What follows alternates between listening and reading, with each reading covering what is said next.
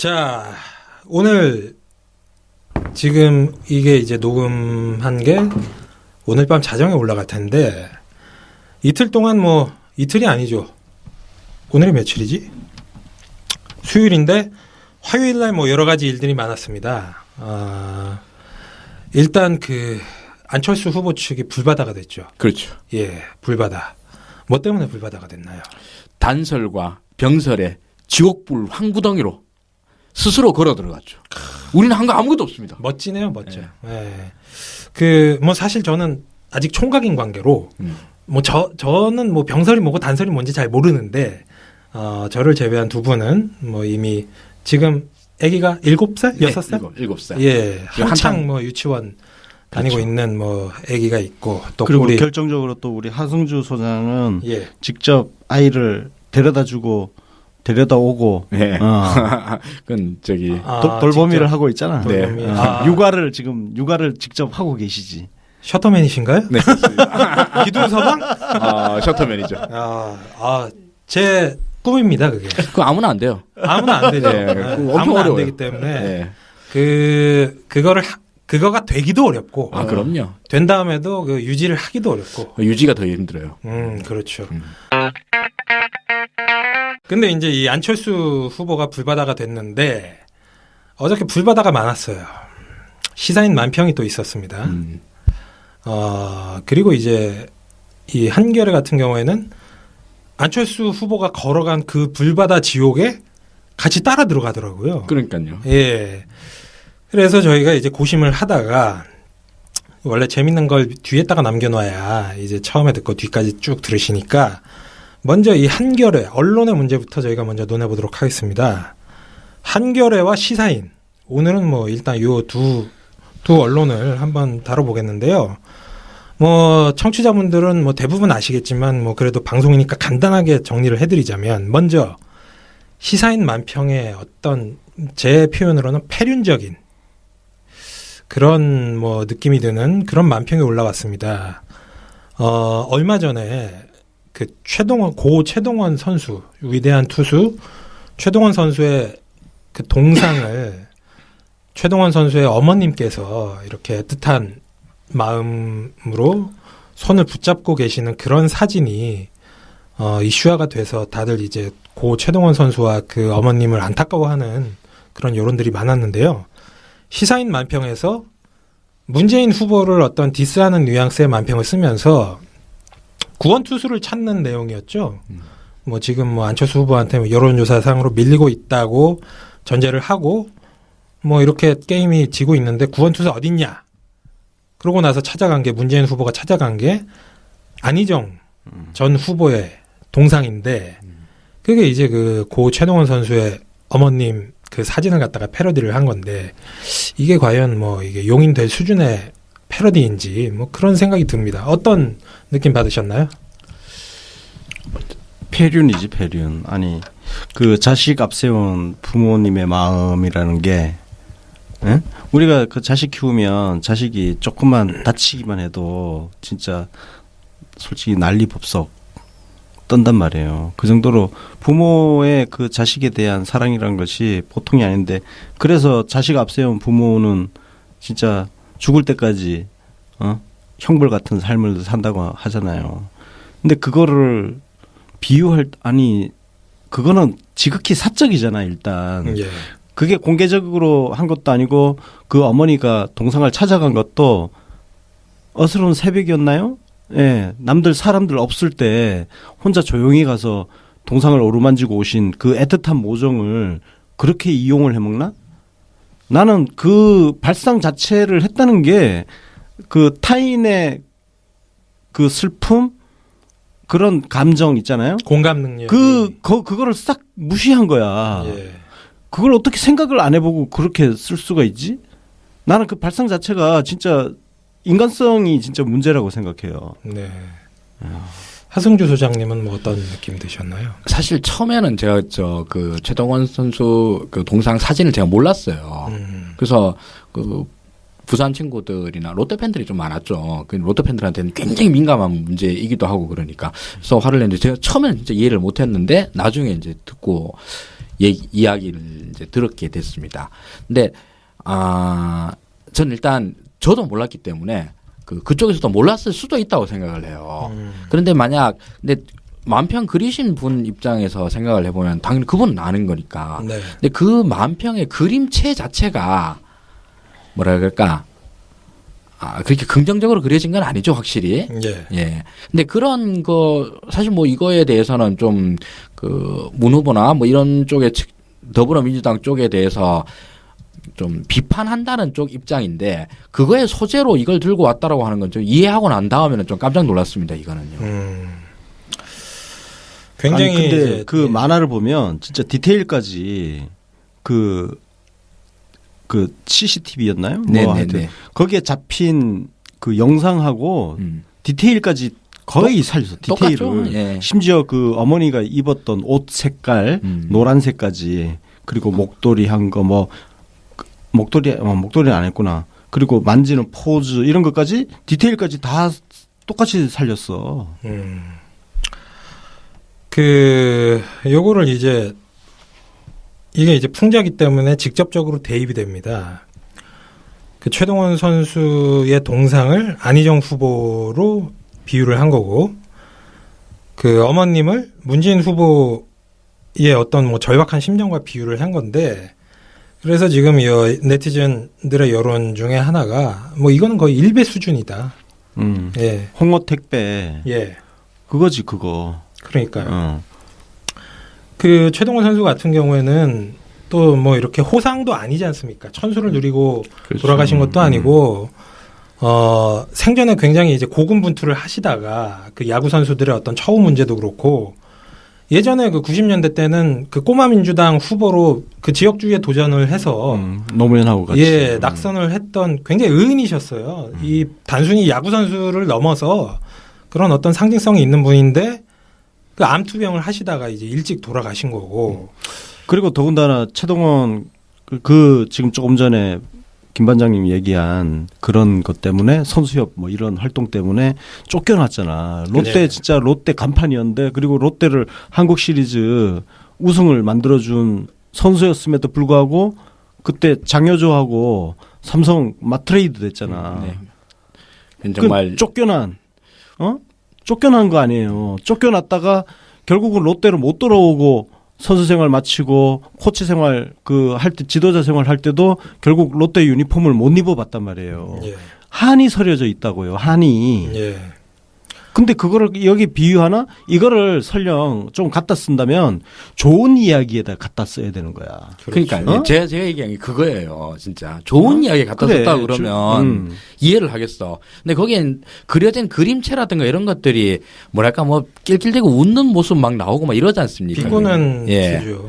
아니 그 사실 그 표정을 갖다 그렇게 그린다는 건 좀 전 이해할 수 없었어요.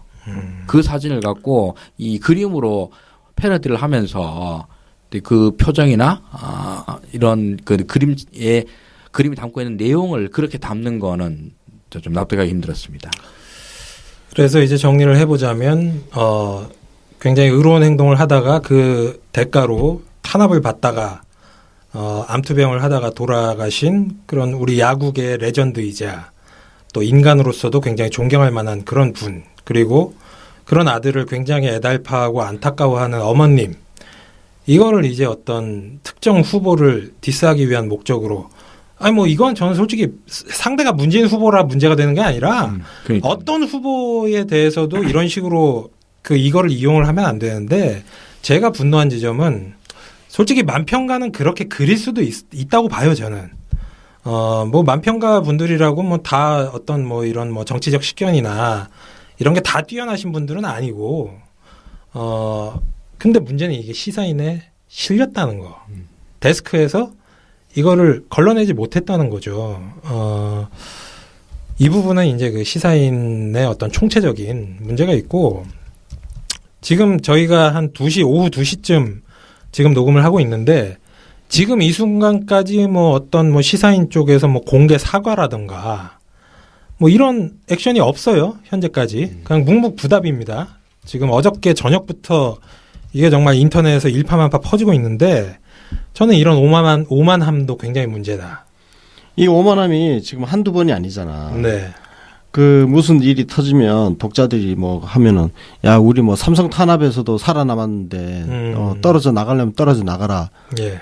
고모 기자 그때 페북에 그렇게 쓰고 해서 또 난리 났잖아. 예. 근데 좀 웃기는 게 삼성 탄압에서도 살아남을 수 있었던 그 원천이 바로 독자들이란 말이에요. 독자들. 그렇죠. 독자들 때문에 그 대기업 광고 없이도 그 기반을 유지할 수 있는 거거든. 근데 지금 독자들도 무시하던 그 행태. 근데 지금 사과를 아직까지도 안 하고 있다는 것 자체가 이 사태를 지금 어떻게 바라보는지 그 인식의 단면을 볼 수 있다. 예. 그런 거지. 그 우리가 지금 얘기를 하고 있는 게 우리도 지금 시사인에 대해서 크게 비판하고 있습니다. 근데 이게 우리가 이야기하고는 또는 뭐 다른 분들이 다 이야기하고 있는 게 이게 당파성으로 인해서 얘기하는 게 아니거든요. 그럼요. 정파성을 얘기하는 게 아니라 사실 우리가 묻고 있는 건 저널리즘의 본령에 대해서 묻고 있어요. 그러니까 저널리즘은 이런 식의 보도를 할 수 있는가를 묻고 있는 것이고 사실 그에 대해서 시사인 측에서는 몰라요. 저는 사실 최대한 선회를 해줘서 데스크가 이걸 갖다 진짜 몰라서 이게 사실 뭔지 모를 수 있잖아요. 이거 그야말로 그 사진 한 장에 대해서 패러디라는 걸 그냥 그런가 보다 하고 넘겼을 수는 있지만서도 알게 된 지금은 좀 말이 다르지 않습니까? 예. 지금은 그렇다고 그러면 여기에 대해서 우리가 이야기하고 있는 바에 대한 답을 줘야 된다고 생각합니다, 지금은. 네. 저희가 이거 녹음을 한 다음에 뭐 사과나 뭐 다른 리액션이 있을진 모르겠지만 뭐 어쨌든 저희가 지금 녹음을 하고 있는 이 시간 기준으로 봐도 상당히 뭐 늦은 대처다. 아직까지도 뭐가 액션이 없다는 것은. 그리고 이제 뭐 시사인이 이런 경우가 방금 전에 권순욱 논설위원님이 얘기를 했지만 한두 번이 아니에요.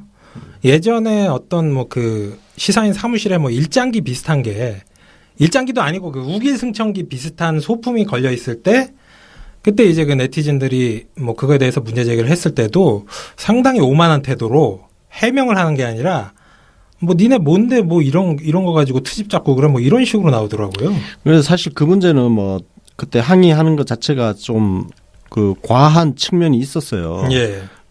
그게 뭐 굳이 큰 의미를 갖고 걸어놓은 게 아니라 뭐 그런 건데 예. 그러면 그냥 그런 거 아니다. 당신들이 생각하는 것처럼 그런 거 아니고 오해하지 마라. 이건 오해다라고 뭐 좀 그냥 설명해 주면 되는데 비꼬더라고. 아이 뭐 저 국뽕 맞은 새끼들 또 떼거지로 몰려서 그러니까 이게 뭐냐면은 대한민국 언론이 기본적으로 시민들을 바라보는 자세 자체가 굉장히 오만해요. 예. 그러니까 무슨 개돼지 보듯이 하는 거. 나향옥인가 뭐 그때 그 양반이 뭐 개돼지 발언해가지고 잘리고 그랬는데 그 인식이 사실 다르지 않아요. 네. 제 경험으로도 그렇고. 방금 아까 전에 하승주 소장님이 그 언론의 본령 이 부분에 대해서 이제 문제 제기를 하는 거다라는 말씀을 하셨는데, 저희가 뭐 우리 권순욱 논설위원 개인 유튜브 방송도 그렇고 광갑장 팟캐에서도 그렇고 요즘에 이제 한결의 경향을 많이 비판을 하고 있죠. 그것도 마찬가지입니다. 한결의 경향이 뭐 특정 후보를 지지를 한다 뭐 이래서 비판하는 게 아니라 그 특정 후보를 지지를 하기 위해서 굉장히 말도 안 되는 짓들을 하고 있는 거죠. 그 중에 이제 최근에 또 터진 게 그 안철수와 함께 불바다로 함께 걸어 들어간 그 사건. 요거에 대해서 뭐 짧게 뭐 브리핑을 한번 해본다면 이게 이제 그런 거죠. 안철수 후보가 어쨌든 그 현장에서 그런 발언을 했는데 한겨레 쪽에서 먼저 이렇게 실드를 쳐준 거 아니겠습니까? 그렇죠. 그거는 제가 좀 공부를 좀 했어요. 예. 어제 밤늦게까지 새벽까지 기사를 쭉 검색하면서 해봤는데 안철수 후보가 발언한 거는 아까 뭐 여러분들 다 아시겠지만 그 단설 유치원, 단설 유치원. 그러니까 병자도 안 나왔어.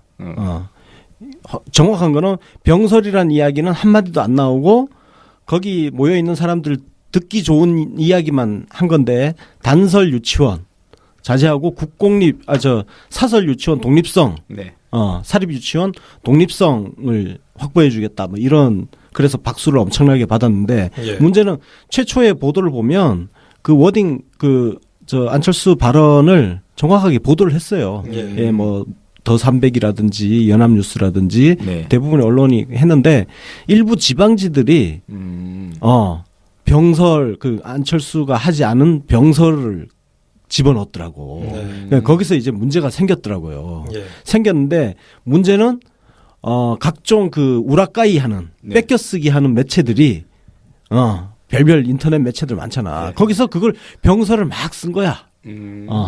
그래서 문제가 확산이 되고 그럼에도 불구하고 전반적으로는 기사 전체적으로는 단설 유치원이라고 정확하게 대부분은 보도를 했어요. 예. 메이저들은 다 그렇게 정확하게 보도를 했고 문제는 그 뒤에 안철수 후보가 직접 자기 페북에 해명을 했어요. 네.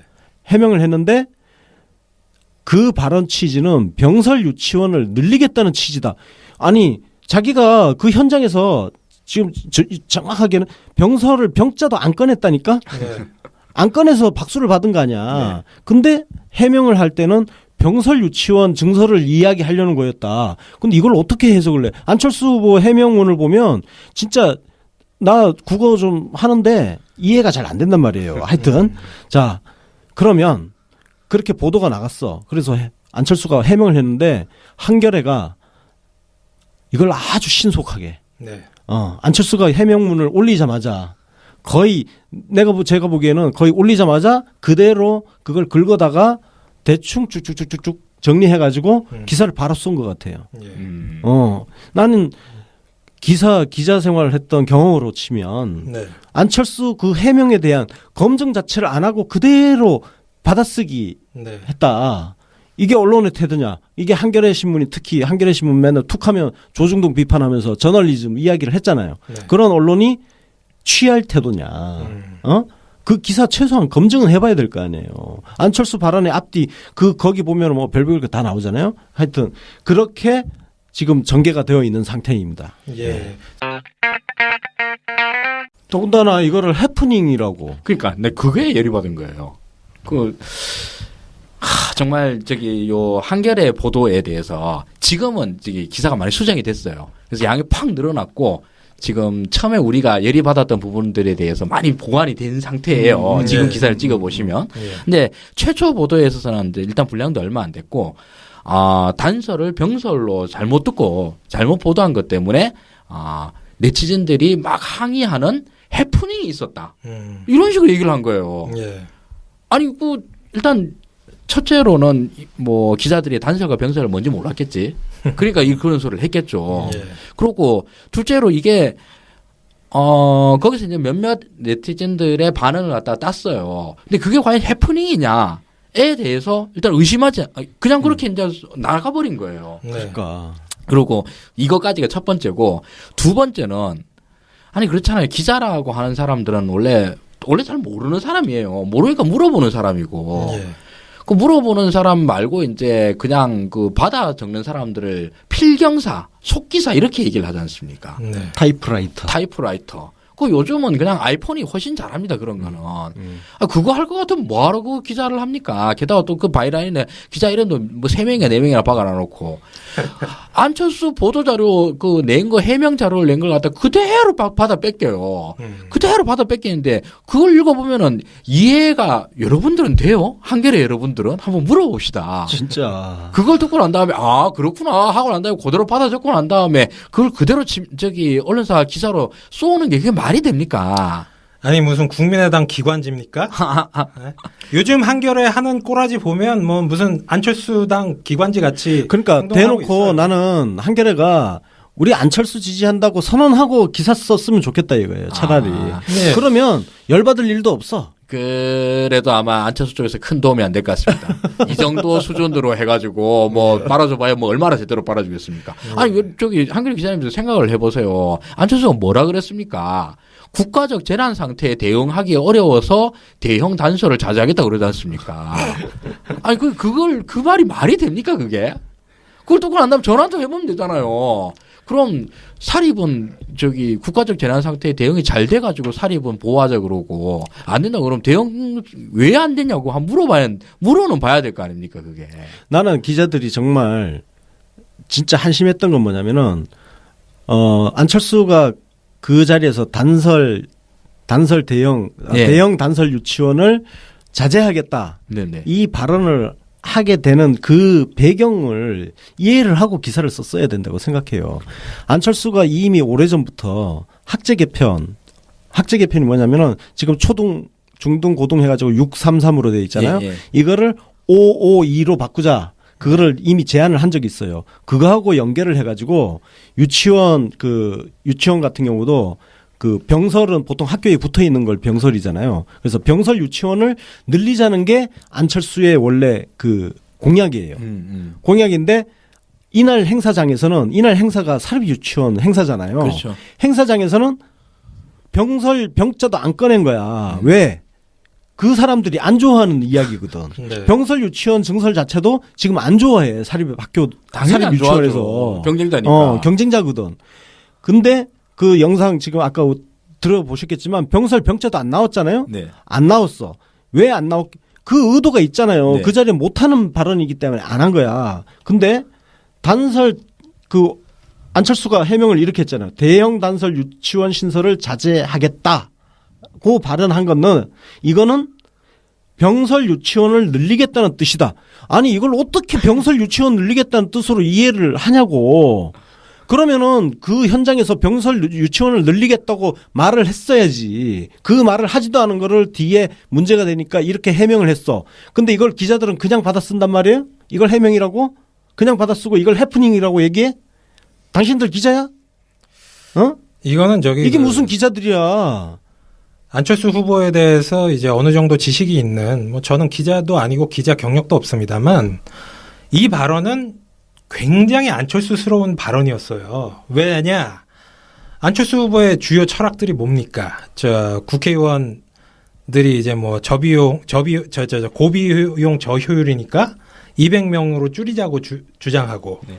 그리고 뭐 공무원 얼마 전에 그 공약도 나왔죠. 뭐 공무원들 월급이 너무 많으니까 뭐 한 2,500만 원 정도를 기준으로 해서 그거보다 높은 뭐 월급은 삭감하고, 이게 이제 기본적인 안철수 후보의 마인드인 거예요. 뭔가 공공기관이나 공무원은 뭐 악이고 부패해 있고 그렇기 때문에 최대한 민영화하고 사영화를 시키고 줄여야 된다. 이게 이 논리랑 똑같은 거거든요. 그리고 이제 이 발언이 이루어진 현장을 살펴보면 이거는 어떤 정책 토론회에 나가서 그 객관적인 입장에서 얘기를 한 게 아니라 그 사립 유치원 그 사람들 모아놓고 일종의 선거운동 한 거예요. 그렇죠. 내가 니네들 그 요구에 맞게 그렇게 정책을 펴겠다. 비유를 하자면은 이거 사립학교, 사립대학교 재단 관계자들 모아놓고 국가에서 돈은 주면서 니네들 사립재단의 그 자율성과 독립성을 보장을 하겠다. 그리고 국공립대학 같은 거 나는 더 이상 증설하지 않겠다. 이거랑 똑같은 논리거든요. 완전히 똑같진 않아요. 예. 왜냐면은 어쨌든 병설 유치원을 늘리겠다는 거는 국공립을 늘리겠다는 거 얘기이기 때문에 예. 병설 유치원이 국공립이란 말이에요. 근데 문제는 이걸 사립 유치원들이 싫어하니까 그 현장에서는 일부러 의도적으로 뺐단 말이에요. 이 말을 안 했어. 예. 그 현장에서 이 말을 했다면 그 현장 반응이 완전 달라졌을 거라고. 그렇게 박수를 많이 받지도 못했을 거예요. 근데 의도적으로 병설 유치원 증설은 쏙 빼놓고 발언을 해놓고 나중에 이게 아이들 키우는 엄마들한테서 엄청난 반발이 생기니까 단설 유치원 자제 발언을 한 것은 그거는 사실 병설 유치원을 늘리겠다는 의미다. 아니 자기 발언하지도 않은 거를 이렇게 얘기를 하냐고. 그러니까 이거를 왜 그냥 받아쓰냐 이거야. 지금 이제 오늘 하루가 지났어요. 이제 어제 일이고 오늘 이제 하루가 또 지났어. 그럼 이제 이걸 갖고 그 안철수 해명도 나왔고 그 사안의 진행도 됐고 시민들의 반응도 다 나왔어요. 그럼 이제 하나하나 짚어볼 시간이 됐잖아요. 예. 이제부터 이제 그 안철수의 시간들이 이제 시작이 된 겁니다. 제가 뭐 안철수가 하지 않은 이야기를 가지고 제가 이제 그 공격을 할 수는 없지 않습니까? 그러고 그 저널리즘의 본령에서 너무 멀리 떨어져 가지고 그냥 받아쓰기나 하고 있는 필경사들 과는 달리 그냥 우리 하나하나 짚어보자고요. 안철수가 직접 한 말을 가지고 예. 안철수가 페이스북에 직접 올린 이야기입니다. 대형 단설 유치원을 자제하겠다고 하는 의미는 뭐냐? 1. 거리가 멀어 통학에 어려움이 생기는 등 학부모 친화적이지 않다. 왜 거리가 멀겠습니까? 몇 개 없으니까 거리가 멀죠. 그렇죠. 그러니까 지금부터 계속 자제를 시키면 앞으로 거리가 더 멀어질 겁니다. 두 번째로 여러 가지 국가적 재난 사항에 대한 대응이 어렵다. 이게 무슨 말입니까? 이게? 무슨 이유입니까 도대체? 제가 이걸 선의의 선의를 거듭해서 안철수는 아마 이거에 아직까지 변명을 생각 못하고 있을 거예요. 이게 무슨 의미인지 설명 못할 텐데 제가 하는 말씀을 듣고 이대로 설명을 하시면 됩니다. 이게 국가적 재난상태 대응이 어렵다는 말이 뭐냐 하면 어디에 진짜 말 그대로 뭐 연평도 폭탄 떨어지듯이 뭐가 뻥 터졌다 쳐요. 그럼 애들이잖아. 애들은 빨리 집에 보내야 돼.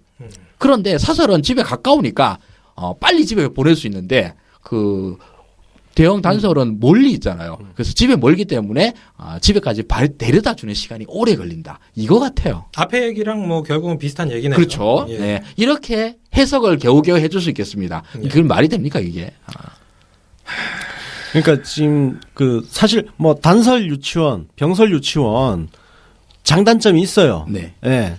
지금 장단점 가지고 이야기하자는 게 아니에요. 이 문제는. 그렇죠. 네. 장단점은 다 서로가 갖고 있기 때문에 뭐 단설 유치원은 시설도 좋고 뭐 보육교사 그 퀄리티도 좋고 그래서 맡기기 좋잖아요. 저도 우리 아이들 어릴 때 그 단설 국공립 유치원 집어넣으려고 대기표는 받아놨는데 그 대기 순서 돌아오면 우리 애들이 이미 학교에 입학할 때가 될 정도라 가지고 결국 포기하고 사설 유치원 보냈는데 자 병설 유치원 상대적으로 시설 좀 열악하고 네. 예 불편한 점이 있어요. 장단점이 있지만 근데 부모들 수요는 여전히 그래도 그죠? 그 맞습니다. 수요가 많습니다. 엄청나요.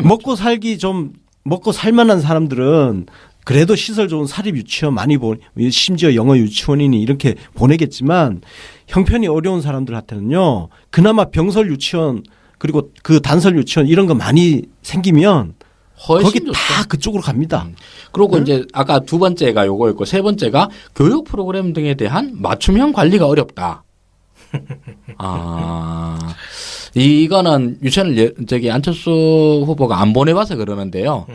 좋은데 보냈겠지. 예. 그냥 맞춤형이 진짜 되는 예. 아주 좋은데 보냈겠지. 유치원에서 맞춤형 교육을 하려고 그러면 월 100으로 힘듭니다. 그렇지. 그 고급진 유치원 같은 경우는 뭐 월 200. 네. 대학생 뺨친다고. 그러고 대형 단설에서 조그마한 사립보다 맞춤형 관리가 훨씬 잘 됩니다. 왜냐하면 유치원에서 이제 애들 오전 오후에 와서 노는 건 똑같이 놀아요. 똑같이 놀리고 그러는데 보통 방과 후 같은 데서 마련히 하거든요. 그럼 방과 후에서 프로그램을 많이 돌릴 수 있는 데는 규모가 크면 더 많이 돌립니다. 그렇지. 예. 비용 절감 효과가 생기니까. 네. 그리고 막줄이 핵심입니다. 나아가 주위의 작은 유치원들이 어려움을 겪을 수 있기 때문입니다. 본심이 드러나는 거야. 네, 이거예요. 예. 작은 유치원들이 사립 유치원이야. 그렇죠. 사립 유치원들 그 원장들 모임에 가가지고 사립 유치원의 독립 운영권을 보장하고 대형 단설 설립을 자제하겠다고 하는 건 사립 유치원의 운영이 어려운 걸 제가 막아드리겠습니다. 그러니까 저한테 표를 주십시오. 라고 하는 얘기를 하러 간 거고 그 얘기를 한 거예요. 그리고 안철수 해명에서도 그 얘기를 솔직하게 다 밝혔고요. 그렇지 않습니까 이게. 그러게 이 문제가 우리가 지금 사립이 나쁘다는 이야기가 아니에요. 그러니까요. 국공립을 무조건 늘려야 된다 이 얘기도 아니고 사립이 나쁘다 이 얘기가 아니야. 선악의 문제가 아니라 지금 이 보육의 문제에 있어서 국가의 역할을 늘릴 거냐 말 거냐 이 문제예요. 그래서 지금 전반적으로 뭐 출산율 저하라든지 이런 문제가 있기 때문에 거기에 대한 대비책으로 보육에 대해서 국가 책임을 늘려보자라는 게 공감대가 있고 그래서 실제로 문재인 후보 같은 경우는 그 사립 유치원 그 사람들 모인 자리에 가서 국공립 보육 시설을 늘리겠다고 그냥 직격으로 얘기를 하고 왔단 말이에요. 맞아요. 표 떨어지거나 말거나. 표 떨고 왔죠. 예. 근데 안철수는 자기 공약이 병설 유치원 증설이야. 네. 근데 그거를 거기서 이야기를 의도적으로 그거는 빼놨어. 의도적으로 뺀 거예요. 그 영상을 보면. 맞습니다. 졸라게 새 정치 나셨습니다 정말. 참 새 새 정치스럽고요. 그리고 이거를 저는 내가 만약 언론사에서 데스크를 보고 있다. 그런데 어제 그렇게 사고가 터졌어요. 그리고 한겨레 같은 경우 한겨레뿐만이 아니라 한겨레만 그런 게 아니에요, 사실. 한국일보인데도 정말 한심하면 그 자체고. 그런데 그럼 오늘 와서 복구를 해야 될 거 아니에요. 야, 이거 우리가 참 큰 실수했다 싶고 이게 엄청 까이고 있구나. 그러면은 여기 소스가 또 나왔어요. 안철수가 해명을 했잖아요. 그럼 이 해명을 듣고 난 다음에 이거에 대해서 비판적으로 볼 수 있는 눈만 있다면 아니 일부러 막 깔 걸 갖다 찾으라는 게 아니라 문장 자체가 이상하잖아요. 그러니까 내가 지금 언론사에 있으면 이 기사를 어떻게 접근을 하냐면은 기자한테 이렇게 시킬 거야. 야, 안철수는 현장에서는 영상을 들어보니 현장에서는 단설 유치원 자제하고 사립 유치원 독립성 확보 요거만 얘기하고 병설 유치원은 얘기 안 했는데 왜 해명문에는 병설 유치원 이야기를 하지? 왜 안철수는 왜 그렇게 이야기를 한 거야? 그리고 왜 저렇게 해명을 한 거지? 그거 알아봐봐. 그러니까 난 이렇게 취재 지시를 할 것 같아. 맞아요. 그럼 또 그 취재가 어렵나? 안철수 캠프에 전화해서 물어보면 되잖아요. 자, 그리고 안철수가 그 행사에서 했던 말이 또 있습니다. 사립 유치원의 독립 운영권을 보장하겠다. 근데 지금 사실 이것도 심각한 문제야. 네. 네. 그 우리 학부모들 입장에서 사립 유치원에 대해서 좀 걱정하는 게 사립 유치원들이 사실 좀 영세한 데도 많거든요. 그렇고 근데 영세한 데라도 보낼 수밖에 없는 사정들이 많아요. 아니 그런데 보내면은 제일 무서운 게 사실은 거기서 이상한 교사 만날까봐. 아 요즘 그런 거 너무 많잖아요. 네. 뭐 애를 갖다가 때리고 그렇지. 학대하고 네. 무슨 밥 이상한 거 먹이고. 근데 사실 너무 많지는 않습니다. 근데 나오면은 워낙 충격적이라 가지고 우리가 네. 좀 듣는데 사실 대부분의 경우는 뭐 사립 유치원 괜찮아. 좋아요. 아주 좋은데 근데 우리가 공포심은 또 있거든요. 예. 가가지고 애가 뭐 맞고 오지는 않을까 이런 걱정들이 있긴 있는데 그거에 대해서 불안한 것들이 학부모들 입장인데 독립 운영권을 보장한다? 이 말은 좀 다르지 않습니까 이게? 그러니까 이 얘기가 뭐냐면은 저 사립 유치원이라 하더라도 국가 예산 지원을 받는단 아 말이야. 그럼요. 네. 그럼 국가 예산이 지원되면 거기는 감사 대상인 거예요. 네. 그렇죠. 이 독립성을 늘리겠다는 이야기는 그 감사 범위를 줄이겠다는 이야기야. 그렇죠. 이거는 국가 예산은 돈은 받아놓고 감시는 안 받겠다. 이런 사립 유치원의 이해관계에 굉장히 부응한 지금 말을 하고 있는 거라고 안철수가. 그러니까요. 그런데 안철수의 해명이 이렇습니다. 독립 운영권을 보장한다는 것은 공교육 체계 속에서 지금보다 체계적인 관리 감독이 가능한 시스템을 만들겠다는 뜻입니다. 뭔 소리야. 자, A는 뭔 말이야? 그 독립 운영권을 보장한다. 이 말의 의미는 지금보다 체계적인 관리 감독이 가능한 시스템을 만들겠다. 이거랑 어떻게 같습니까? 이걸 지금 문장이라고 쓰고 앉았어요. 그러니까. 아니 그 뭐 요즘 뭐 안철수 후보에 대해서 별명이 많은데 뭐 말이 안뜨와 안 뜨도 있고. 아 근데 저는 계속 이 안철수 후보 바닥이 드러날 때마다 여자 박근혜가 맞는 것 같아. 맞아. 어떻게 이렇게 말이 안 되는 얘기를 말이 되는 것처럼. 유체 박근혜 입달 원래 여자고 얘는 남자고 남자 박근혜. 아 남자 박근혜. 예. 유체 뭔가 좀 캐릭터를 입달 좀 합법도 완전 예. 닮았잖아. 예. 저 차떼기 관련해 가지고 남의 일처럼 그러니까요. 저 사실이 밝혀지면 엄벌하겠다. 어. 남의 일이야? 그러니까. 자기가 사과를 해도 모자랄 판에. 어? 그 뭐 걸리거나 허허 웃는 걸로 때우려고 그러더라 또. 그 당신 보고 지금 물어보는 거예요. 궁금해가지고. 아니 조폭을 어떻게 데리고 왔는가 물어보니까 허허 웃기나 웃고 앉았고. 그러면서 뭐 그 방금 전에 뭐 대학생들이랑 사진 찍었는데 뭐 그랬다면서요. 아 뭐 그런 식으로 따지면 뭐 방금 전에 같이 찍은 대학생들도 조폭으로 몰리겠네요. 뭐 이런 식으로 말도 안 되는 실드를 치니까. 그걸 또 재밌으라고 하는 농담으로 하니까. 네. 참 듣는 원래 사람들 저 박근혜도 아재 개그 많이 쳤습니다. 네. 안철수의 시간이 참. 예. 네, 안철수의 시간이 오긴 왔습니다. 근데 안철수의 시간은 첫째로는 안철수 혼자 그 시간을 만들어냈습니다. 그 혹독한 검증의 장으로 지가 스스로 걸어 들어갔지 우리가 등 떠민 적 없습니다. 네. 그리고 그 검증의 시간에서 언론은 한 게 없습니다. 시민들이 다 했어요, 그냥. 위대해 정말. 예.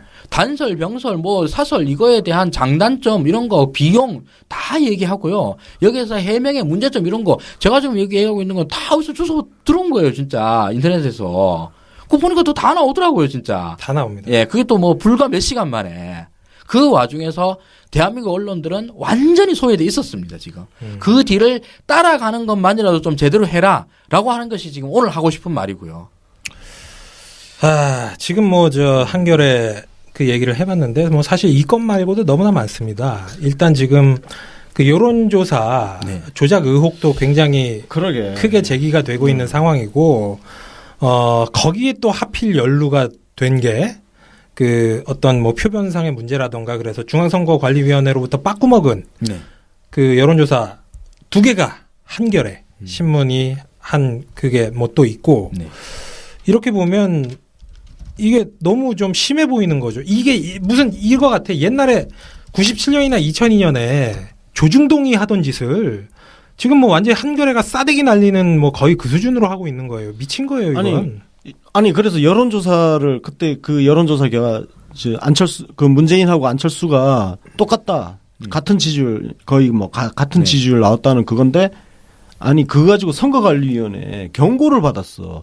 조중동도 받지 않은 경고를 한겨레가 받았다고. 2번 받았습니다. 2번. 아니 안철수가 한겨레한테 도대체 어떤 존재이길래 안철수 때문에 그건 한겨레가 그래도 조중동보다는 뭐 낫다는 어떤 그 신뢰도 높이 평가받았던 이 부분을 지금 이번에 다 날려먹고 있잖아. 물론 옛날부터 말아먹었지만. 아, 지금 우리가 비난하는 것은 한겨레가 안철수 편 들어줬다고 비난하는 게 아니에요.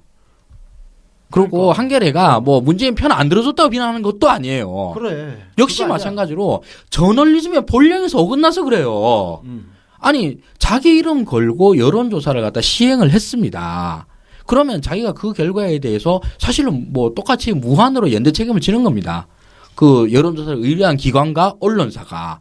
그리고 우리가 그런 수없이 많이 나오는 여론조사들 중에서 뭐 어디 신문사, 누구누구 뭐 여론조사 기관 이렇게 나오는 걸 믿는 이유는 언론사가 그에 대한 검증 작업을 거쳤으리라고 전제하고 기대하고 보기 때문에 신뢰를 보내는 것 아닙니까? 근데 거기서 벌써 2번이나 빠꾸 맞았다고 그러면 일단 거기서부터 우리는 한겨레가 이 여론조사라고 하는 것 갖다 시행하는 과정에서 최소한 굉장히 안일했다라는 비판만큼은 얼마든지 할 수 있지 않습니까? 그렇죠. 최대한 선의로 봐주더라도 굉장히 아니라고 네. 예, 불성실했던 거죠. 그리고 그 한겨레뿐만 아니라 최초 보도는 저는 사실 내일신문으로 기억을 하고 있는데요. 그게 이제 시발점이에요. 시발점이지. 디오피니언. 아, 그거는 정말 완전 압권이죠, 진짜.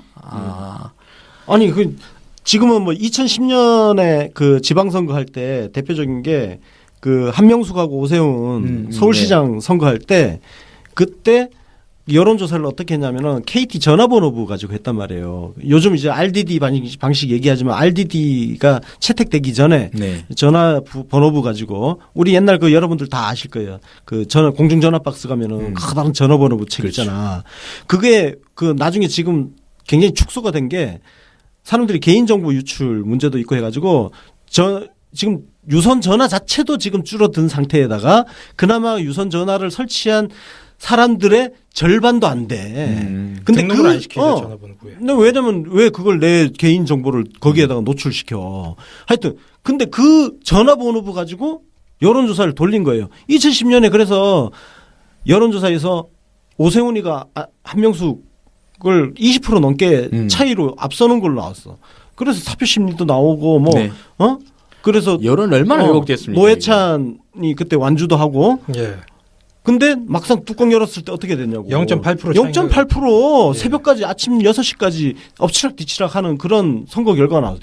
그래서 그때 여론조사 업체들이 저 전화번호 이제 안 되겠다 해가지고 폐기를 해버렸단 말이에요. 근데 내일신문 디오피니언 얘들이 그 방식을 이번에 7년 갖고 만에 온 거야. 7년 만에 끌고 와서 안철수의 어떤 인위적인 그 승리 여론 흐름을 만드는 거죠. 그래서 대표적인 게 정당 지지율 조사를 했는데 내일신문 그 조사가 아니 세상에 민주당 지지율이 20%대야.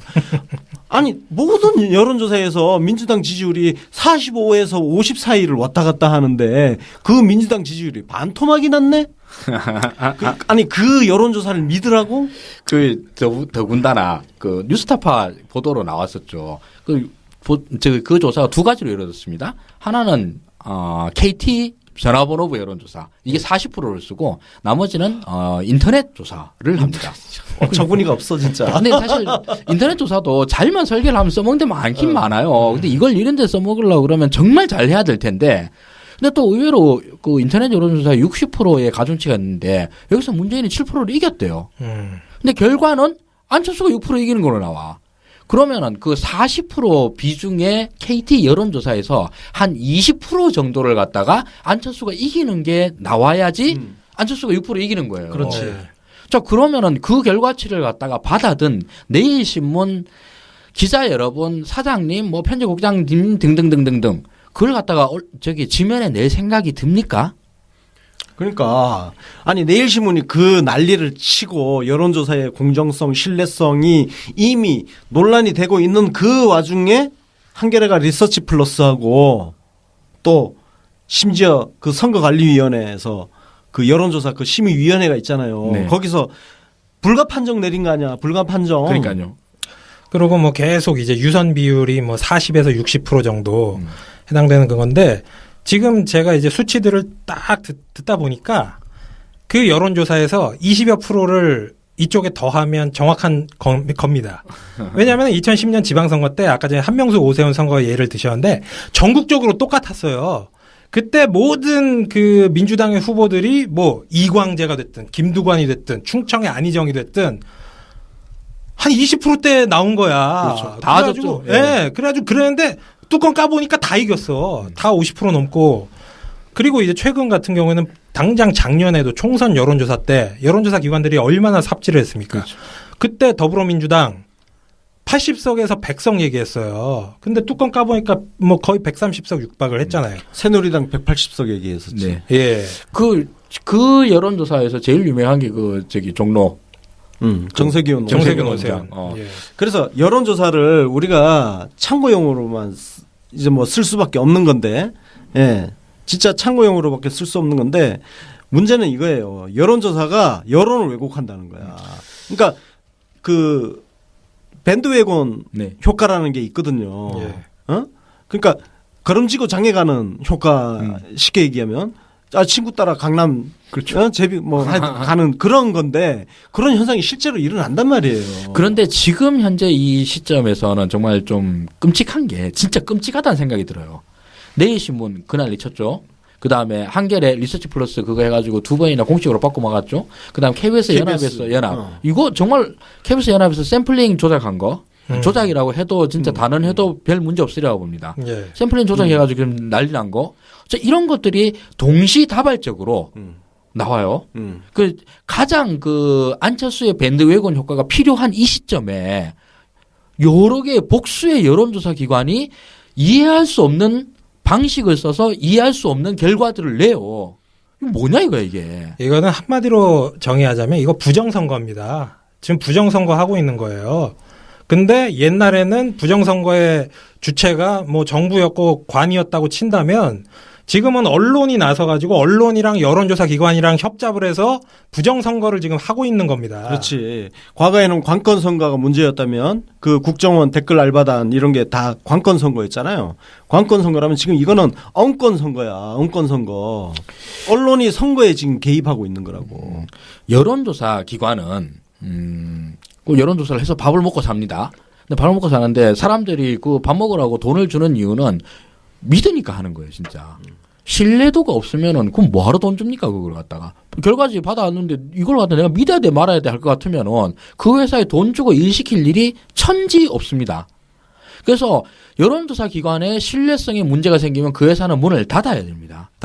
닫게 만들어야죠. 그렇죠. 그리고 이 정도 상황 되면 양식 있는 여론조사 업체들은 공동 성명이라도 내야 되는 거 아니야? 그러니까요. 뭔가 그래도 자기 여론조사 업으로 계속 밥을 먹고 살려고 한다면 정말 이렇게 문제 있는 여론조사 업체하고 우리는 다르다. 우리는 정말 공정성을 지키겠다.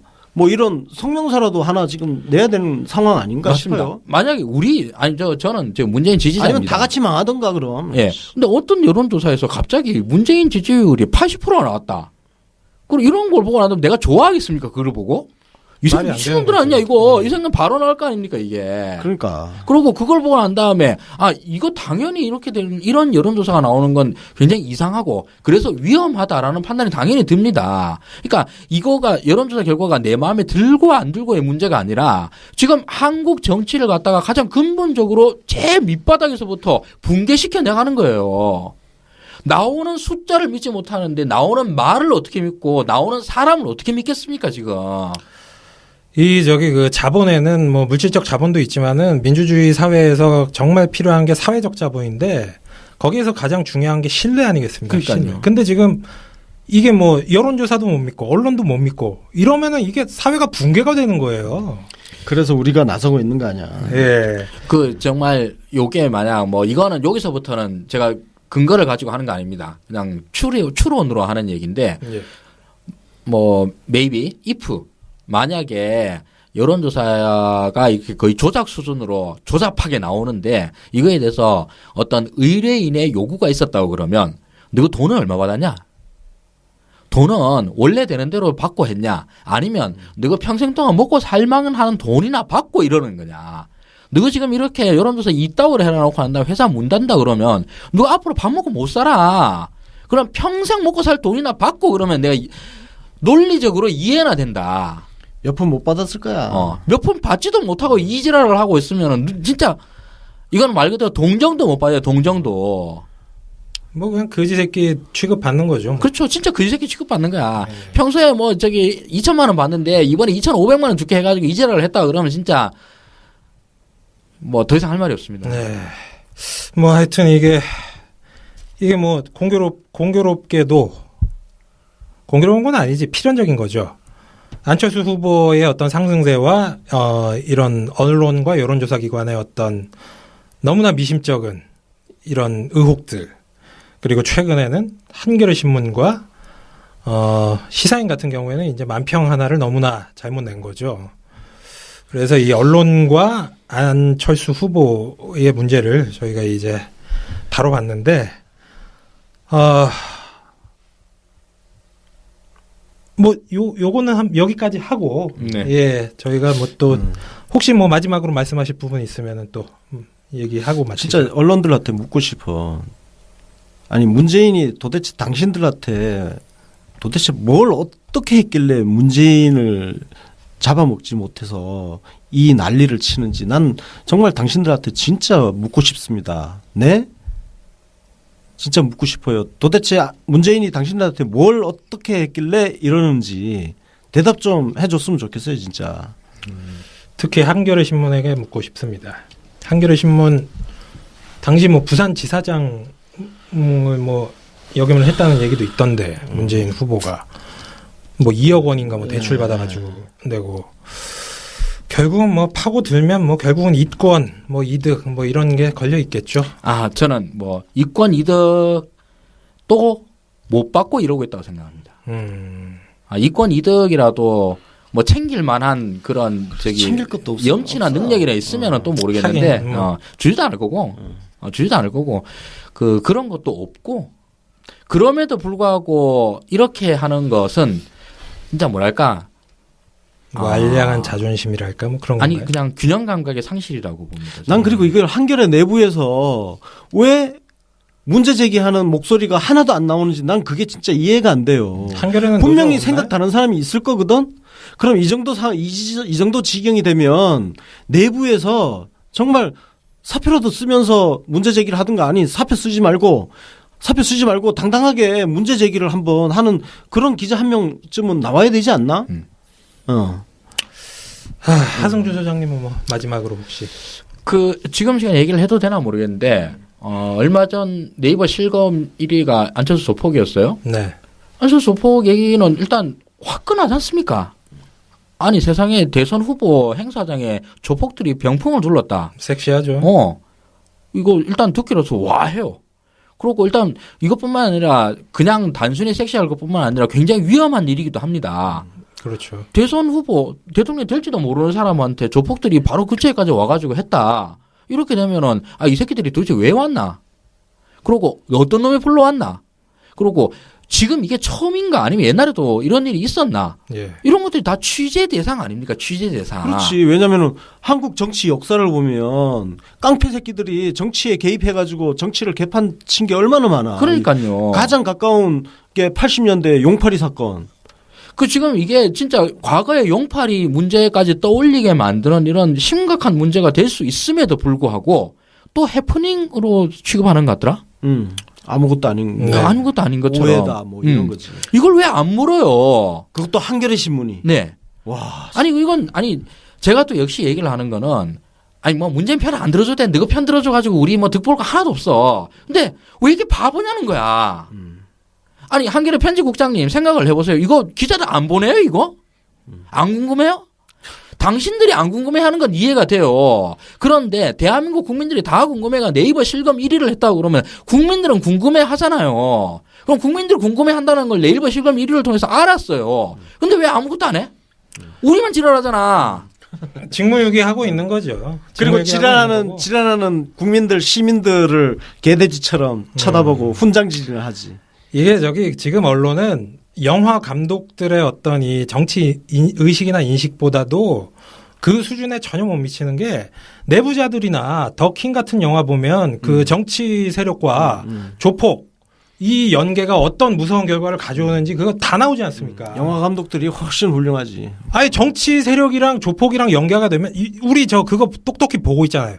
최순실이랑 박근혜가 연관된 사람들이 막 이유 없이 죽어나가는 거.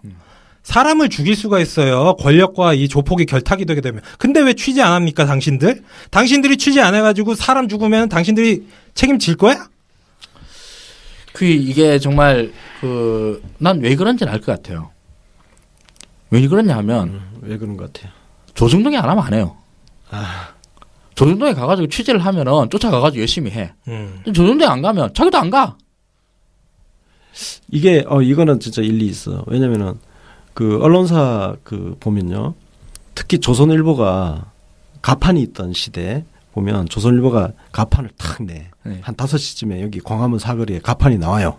그러면 조선일보 이제 아젠다 세팅이 딱 보이잖아. 네, 네. 그러면 그 다 뒤에 따라가는 신문이 다 바뀌어. 어떻게 바뀌어? 조선일보가 띄워준 아젠다로 전부 일면이 교체가 되는 거야. 지금 그 상황인 거예요. 저는 여러분들이 무슨 악의가 있어서 그렇다 생각 안 해요. 그냥 무능할 뿐이에요. 아니 제가 그 언론사 있으면서도 답답한 거는 왜 메이저 언론이 띄워놓은 아젠다를 똑같이 따라가는 거예요. 아니 그러면 왜 신문사가 왜 존재해? 우리가 생각하는 내가 몸담고 있는 언론사의 데스크, 편집국장, 부장들, 기자들이 서로 취재하고 의견 나눈 걸 가지고 우리는 이걸로 간다. 자기 중심이 있어야지. 그러니까. 남이 해놓은 거 따라갈 것 같으면 그냥 기자들 취재는 뭐하러 하나? 아니 그냥 뭐 저 조중동 프랜차이즈로 들어가면 되지. 그리고 저기 가가지고 이런 또 두 번째 문제가 정말 능력 부족이라고 절감하는 것들 중에 하나가 아까 얘기했던 필경사 역할밖에 안 한다는 거예요. 가가지고 기자들이 병풍 서서 있잖아요. 가서 그렇게 병풍 서서 일부러 있는 이유는 거기서 나온 말을 듣고 이상하면 물어보라고 하는 거예요. 그걸 안 할 것 같으면 나중에 연합에서 정리해주는 인터뷰 자료 보고 뺏기면 돼요. 왜 그까지 가는데? 자, 그럼 뭐 요 정도로 정리를 하고 어떻게 뭐 저희 뭐 조금 쉬었다가 다음 그럴까요? 에피소드 녹음을 할까요? 아니면 뭐 그냥 쭉 할까요? 마무리 하나 합시다. 네. 예. 짧게. 예. 이렇게 저널리즘 본령을 벗어난 이런 언론들은 독자들이 시민들이 길을 들여야 됩니다. 정신을 차리거나 말거나 우리가 할 행동을 해야 된다고 생각하고 절독하십시오. 신문 구독하지 마시고 인터넷 기사 볼 때도 혹시 보이면 링크 걸지 말고 캡처로 클릭수 올려주면 인터넷 광고 올라가거든요. 예. 시민이 할 수 있는 거는 그런 거밖에 없어요. 뭐 그런다고 그 사람들이 쉽게 망하지도 않아요. 예. 광고로 예. 먹고 삽니다. 그럼에도 불구하고 시민들의 그런 뜻을 의지는 표명은 해야 된다. 예. 예. 그래야 조금이라도 기울어진 그 사람들의 상실한 균형 감각이 조금이라도 회복이 되는데 좀 효과가 있다. 예. 예. 저는 두 번째 방법입니다. 언론의 자유시장에서, 표현의 자유시장에서 그냥 맞다이로 한번 붙어봅시다. 그 한겨레 경향에서 나오는 의견이나 관점, 뭐 사실관계 여러분들이 더 잘 알겠지. 훨씬 사람도 많은데 이 훌륭한지 아니면 우리 저기 시민들이 이야기하고 있는 바가 더 훌륭한지 이거 언론의 자유시장에서 서로 붙어가지고 누가 살아남는가 우리 경쟁 한번 해봅시다. 아니 지금까지 봐서는 여러분들보다 우리가 훨씬 훌륭해요. 지금까지는. 그럼. 뭐 지금 뭐 저희가 지금 이렇게 녹음하고 있는 것도 그 일환이고 물론 이제 저희가 원래 후발주자가 불리한데 뭐 여러 가지 악조건을 딛고 뭐 이기도록 노력을 해야죠. 예, 뭐 새로 뭐 돈을 모아서 신문사를 차리든 아니면 뭐 새로운 시대에 걸맞는 뭐 새로운 플랫폼을 하나 만들든 어쨌든 뭐 두고 보자고요. 한번 붙어 보자고요. 지금까지는 절대 시민들이 밀리지 않고 있습니다. 예. 그러면은 뭐 요번 47화 에피소드는 요 정도로 정리를 하고 지금 열기가 너무 뜨거워져 가지고 녹음실이 또 온도가 한 30도까지 올라갔는데 잠시 쉬고 저희 뭐 48화 에피소드 또 녹음을 하도록 하죠. 지금까지 들어주신 청취자 여러분 정말 감사드리고요. 여러분들이 저희 팟캐스트 들어주시는 게 다 언론 개혁 그리고 이제 대한 언론의 미랄이 됩니다. 너무나 감사드리고 응원해 주셔서 감사합니다. 그리고 한겨레 시사인 동정심으로 절대 구독해 주지 마십시오. 만약에 시사인에 뭐 시사인이 됐든 한겨레 신문이 됐든 괜찮은 기자가 있다고 그러면 차라리 개인적으로 후원할 방법을 한번 찾아보세요. 그 신문이나 그 매체를 후원하지 마시고 값싼 동정심 절대 노노입니다. 네. 그 애도 그냥 그 오냐 하면은 애를 망치는 법이에요. 지금 한겨레 30년 됐는데 완전히 버릇이 지금 완전히 그 자기 키워준 부모들 국민들이 부모 아닙니까? 국민들이 돈 모아줘가지고 만들어줬더니 이 부모 완전 폐륜행위 하고 있는 거예요. 이거 뜯어 고쳐야 됩니다. 지금까지 들어주셔서 이거를 이제 어떤 특정 후보를 디스하기 위한 목적으로 아니 뭐 이건 저는 솔직히 상대가 문재인 후보라 문제가 되는 게 아니라 그러니까. 어떤 후보에 대해서도 이런 식으로 그 이거를 이용을 하면 안 되는데 제가 분노한 지점은 솔직히 만평가는 그렇게 그릴 수도 있다고 봐요 저는. 뭐 만평가 분들이라고 뭐 다 어떤 뭐 이런 뭐 정치적 식견이나 이런 게 다 뛰어나신 분들은 아니고 근데 문제는 이게 시사인에 실렸다는 거. 데스크에서 이거를 걸러내지 못했다는 거죠. 이 부분은 이제 그 시사인의 어떤 총체적인 문제가 있고 지금 저희가 한 2시, 오후 2시쯤 지금 녹음을 하고 있는데 지금 이 순간까지 뭐 어떤 뭐 시사인 쪽에서 뭐 공개 사과라든가 뭐 이런 액션이 없어요. 현재까지. 그냥 묵묵부답입니다. 지금 어저께 저녁부터 이게 정말 인터넷에서 일파만파 퍼지고 있는데 저는 이런 오만함도 굉장히 문제다. 이 오만함이 지금 한두 번이 아니잖아. 네. 그 무슨 일이 터지면 독자들이 뭐 하면은 야 우리 뭐 삼성 탄압에서도 살아남았는데 떨어져 나가려면 떨어져 나가라. 예. 고모 기자 그때 페북에 그렇게 쓰고 해서 또 난리 났잖아. 예. 근데 좀 웃기는 게 삼성 탄압에서도 살아남을 수 있었던 그 원천이 바로 독자들이란 말이에요. 독자들. 그렇죠. 독자들 때문에 그 대기업 광고 없이도 그 기반을 유지할 수 있는 거거든. 근데 지금 독자들도 무시하던 그 행태. 근데 지금 사과를 아직까지도 안 하고 있다는 것 자체가 이 사태를 지금 어떻게 바라보는지 그 인식의 단면을 볼 수 있다. 예. 그런 거지. 그 우리가 지금 얘기를 하고 있는 게 우리도 지금 시사인에 대해서 크게 비판하고 있습니다. 근데 이게 우리가 이야기하고는 또는 뭐 다른 분들이 다 이야기하고 있는 게 이게 당파성으로 인해서 얘기하는 게 아니거든요. 그럼요. 정파성을 얘기하는 게 아니라 사실 우리가 묻고 있는 건 저널리즘의 본령에 대해서 묻고 있어요. 그러니까 저널리즘은 이런 식의 보도를 할 수 있는가를 묻고 있는 것이고 사실 그에 대해서 시사인 측에서는 좀 몰라요. 저는 사실 최대한 선회를 해줘서 데스크가 이걸 갖다 진짜 몰라서 이게 사실 뭔지 모를 수 있잖아요. 이거 그야말로 그 사진 한 장에 대해서 패러디라는 걸 그냥 그런가 보다 하고 넘겼을 수는 있지만서도 알게 된 지금은 좀 말이 다르지 않습니까? 예. 지금은 그렇다고 그러면 여기에 대해서 우리가 이야기하고 있는 바에 대한 답을 줘야 된다고 생각합니다. 지금은. 네. 뭐 저희가 이거 녹음을 한 다음에 뭐 사과나 뭐 다른 리액션이 있을진 모르겠지만 뭐 어쨌든 저희가 지금 녹음을 하고 있는 이 시간 기준으로 봐도 상당히 뭐 늦은 대처다. 아직까지도 뭐가 액션이 없다는 것은 안철수 후보한테 여론조사상으로 밀리고 있다고 전제를 하고 뭐 이렇게 게임이 지고 있는데 구원투수 어딨냐? 그러고 나서 찾아간 게 문재인 후보가 찾아간 게 안희정 전 후보의 동상인데 그게 이제 그 고 최동원 선수의 어머님 그 사진을 갖다가 패러디를 한 건데 이게 과연 뭐 이게 용인될 수준의 패러디인지 뭐 그런 생각이 듭니다. 어떤 느낌 받으셨나요? 폐륜이지 폐륜. 아니 그 자식 앞세운 부모님의 마음이라는 게 에? 우리가 그 자식 키우면 자식이 조금만 다치기만 해도 진짜 솔직히 난리법석 떤단 말이에요. 그 정도로 부모의 그 자식에 대한 사랑이라는 것이 보통이 아닌데 그래서 자식 앞세운 부모는 진짜 죽을 때까지 형벌 같은 삶을 산다고 하잖아요. 근데 그거를 그거는 지극히 사적이잖아 일단. 예. 그게 공개적으로 한 것도 아니고 그 어머니가 동상을 찾아간 것도 어스러운 새벽이었나요? 예, 사람들 없을 때 혼자 조용히 가서 동상을 어루만지고 오신 그 애틋한 모정을 그렇게 이용을 해먹나? 나는 그 발상 자체를 했다는 게 그 타인의 그 슬픔 그런 감정 있잖아요. 공감 능력. 그거를 싹 무시한 거야. 예. 그걸 어떻게 생각을 안 해보고 그렇게 쓸 수가 있지? 나는 그 발상 자체가 진짜 인간성이 진짜 문제라고 생각해요. 네. 하승주 소장님은 뭐 어떤 느낌 드셨나요? 사실 처음에는 제가 그 최동원 선수 그 동상 사진을 제가 몰랐어요. 그래서 그 부산 친구들이나 롯데 팬들이 좀 많았죠. 그 롯데 팬들한테는 굉장히 민감한 문제이기도 하고 그러니까 그래서 화를 냈는데 제가 처음에는 진짜 이해를 못했는데 나중에 이제 듣고 이야기를 이제 들었게 됐습니다.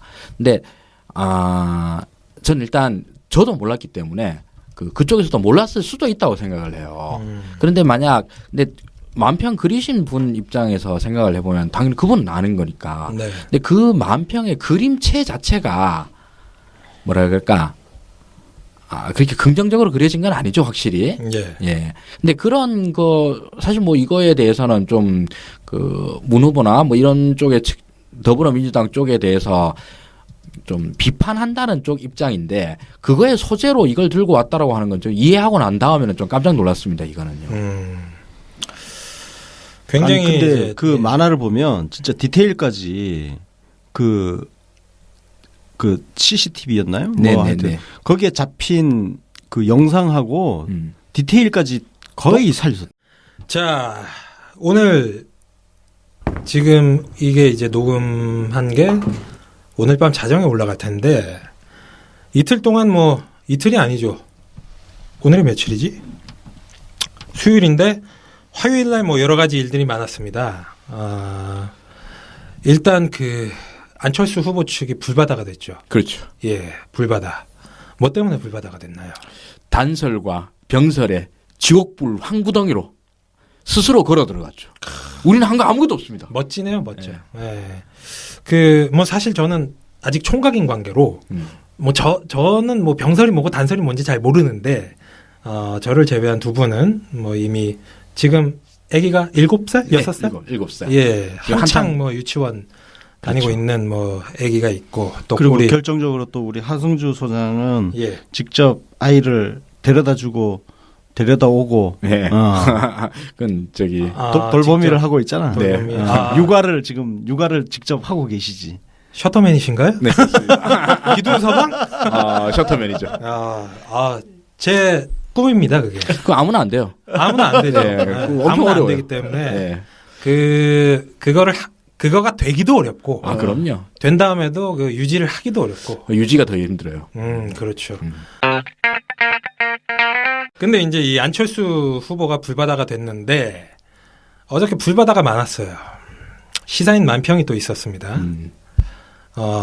그리고 이제 이 한겨레 같은 경우에는 안철수 후보가 걸어간 그 불바다 지옥에 같이 따라 들어가더라고요. 그러니까요. 예. 그래서 저희가 이제 고심을 하다가 원래 재밌는 걸 뒤에다가 남겨놔야 이제 처음에 듣고 뒤까지 쭉 들으시니까 먼저 이 한겨레 언론의 문제부터 저희가 먼저 논해보도록 하겠습니다. 한겨레와 시사인 오늘은 뭐 일단 요 두 언론을 한번 다뤄보겠는데요. 뭐 청취자분들은 뭐 대부분 아시겠지만 뭐 그래도 방송이니까 간단하게 정리를 해드리자면 먼저 시사인 만평의 어떤 제 표현으로는 폐륜적인 그런 뭐 느낌이 드는 그런 만평이 올라왔습니다.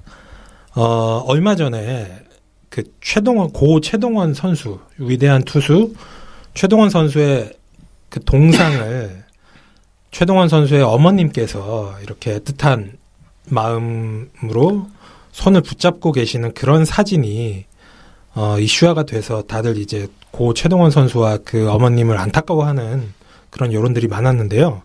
시사인 만평에서 문재인 후보를 어떤 디스하는 뉘앙스의 만평을 쓰면서 구원 투수를 찾는 내용이었죠.